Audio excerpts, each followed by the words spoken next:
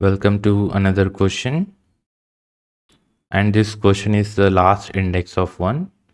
What does it mean is you have to return the index value if 1 is there inside the string. Okay, if you find 1 inside the string, you have to return the index value, and you have to return from the right side, the rightmost value of 1 index. You have to return that.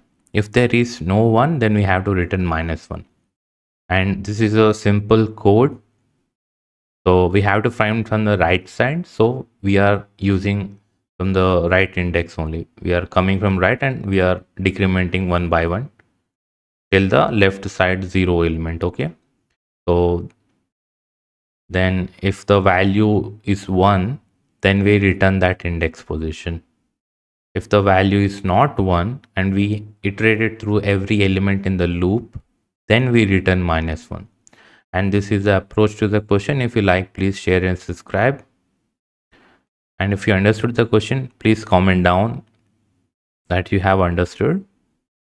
Thank you for watching. We'll be meeting in the next lecture.